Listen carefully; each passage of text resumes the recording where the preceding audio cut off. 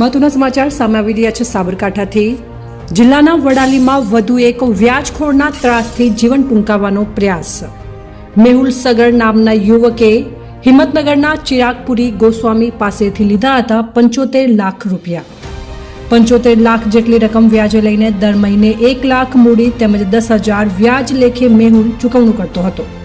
આ મહિને મેહુલ પાસે 1 લાખ મૂડી અને 10,000 વ્યાજની સગવડ ન થતા ચિરાગપુરીએ કર્યું હતું દબાણ। ચિરાગપુરી નામના ઇસમે ઓફિસ સહિત પરિવારને કથિત માનસિક હેરાનગતિ કરતા મેહુલે દવા ગટગટાવી। મેહુલે સુસાઇડ નોટ લખી ઝેરી દવા ગટગટાવી જીવન ટૂંકાવવાનો પ્રયાસ કરતા ખાનગી હોસ્પિટલમાં સારવાર હેઠળ।